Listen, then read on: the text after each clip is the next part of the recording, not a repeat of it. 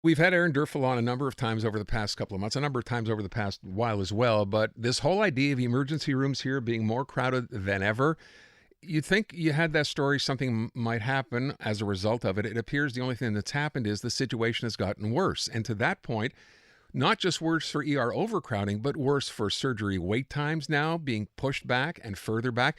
Kind of making, as one person said today, and Aaron, this may have been in your story, making, I guess, the takeaway.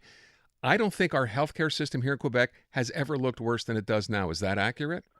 Yeah, that's absolutely the case, Aaron. So, and that's why I had to look at all these indicators, right? I mean, people can have their opinions, and you can provide anecdotes, but when you look at the indicators for wait times for cancer surgery, for example, the wait list to get a spot in a nursing home.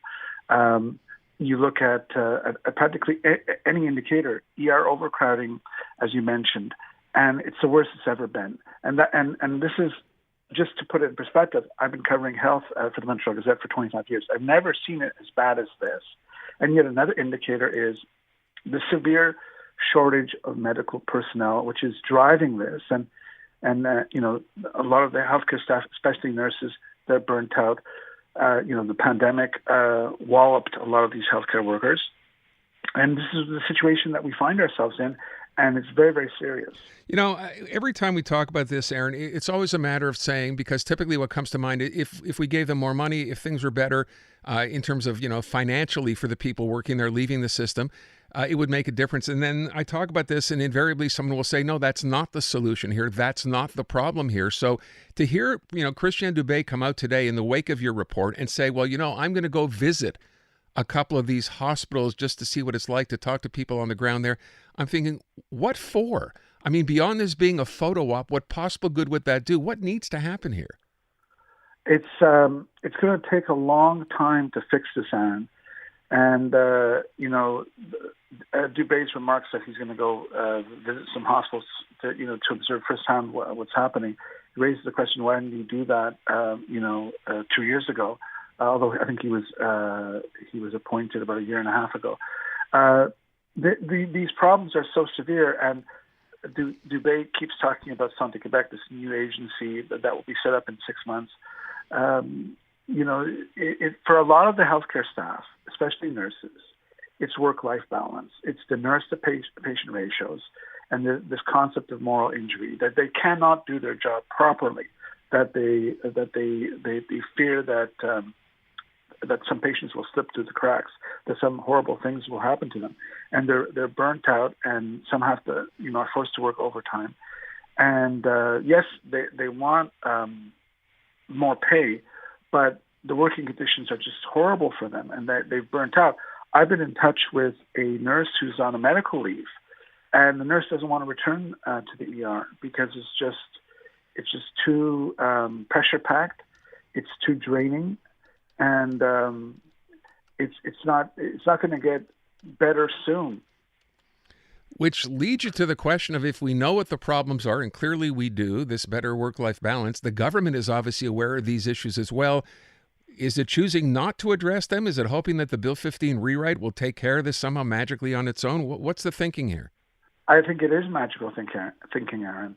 I think that the government thinks that somehow this new agence will be able to run the system more efficiently, that they're going to recruit so-called top guns from the private sector, and they're going to be able to move the chess pieces around on the board more efficiently.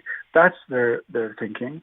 The agents will become the sole employer, so they're going to reduce number of bargaining units, and that they think will result in improvements. But as I pointed out in my story in the Gazette today, what's driving this latest, crisis is a severe shortage of staff.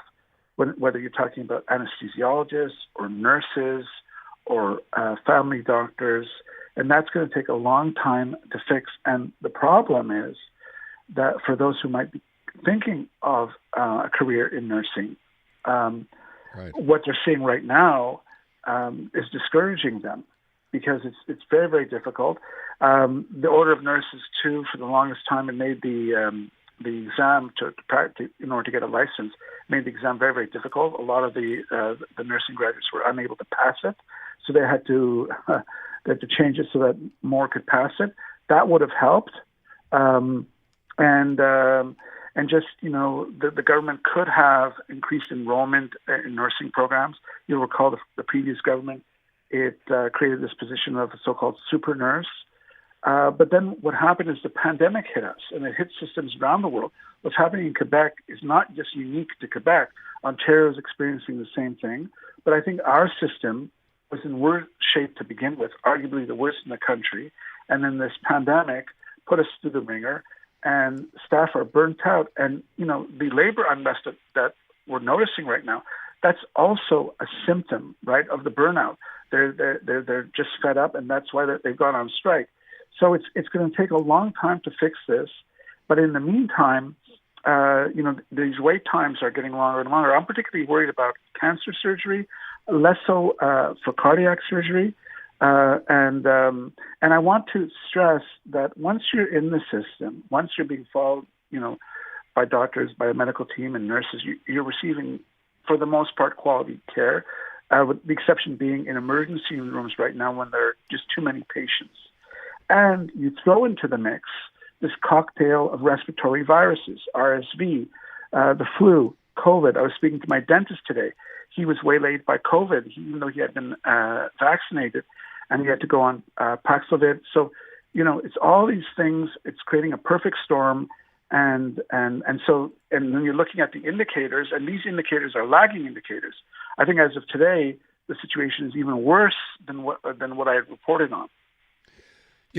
And I don't, we don't have too much time, but I don't want to belabor the points. We talk about emergency rooms. You talk about these wait lists now, the backlog getting longer and longer and longer. And you can't help but wonder if the strike now, healthcare workers, all the people in the system was settled today.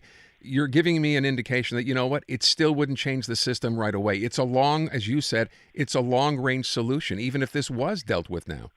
Exactly. It's this will require a years long fix. What the strike has done is probably postponed 4,000 operations, but I don't want to blame the nurses for that.